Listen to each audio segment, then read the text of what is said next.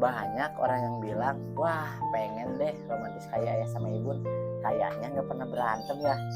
Mendengar kalimat itu, saya hanya bisa senyum dan pengen bilang dalam hati, belum tahu mereka gimana banyaknya konflik di rumah. Saya ingat kata guru saya, Kang Canun, gimana sih caranya mendapatkan pasangan yang mengerti diri kita seutuhnya? Ternyata itu gampang banget loh. Pengen tahu caranya? Ternyata caranya adalah menikahlah dengan diri sendiri. Kenapa bisa begitu?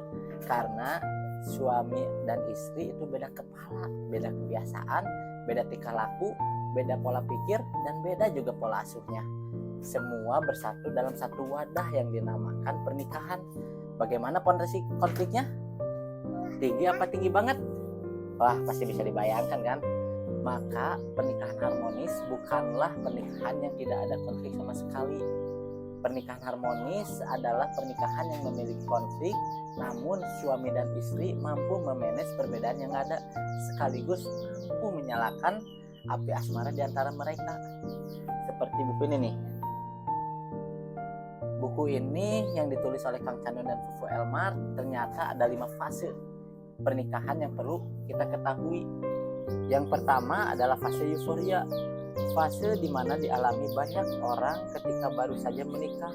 Fase kebahagiaan menjadi raja dan ratu ketika merayakan cinta yang masih membara, dan ketika kekurangan pasangan masih belum terungkap banyak.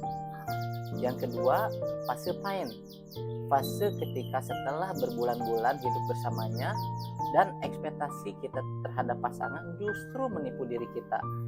Ternyata tidak seperti yang dibayangkan.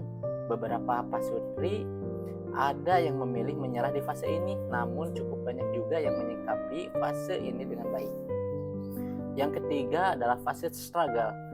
Fase ini adalah fase yang menguras paling banyak energi, di mana suami dan istri berjuang untuk mempertahankan menurut versinya masing-masing, sehingga tantangan di fase ini adalah suami dan istri merasa berjuang sendirian.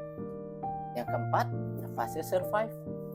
Fase ketika orang-orang merasa sudah tidak butuh cinta. Yang penting bertahan untuk anak saja itu sudah cukup. Yang penting bertahan sekadar penuhi kewajiban juga itu sudah cukup. Banyak pasutri yang tanpa sadar memilih pilihan di fase ini.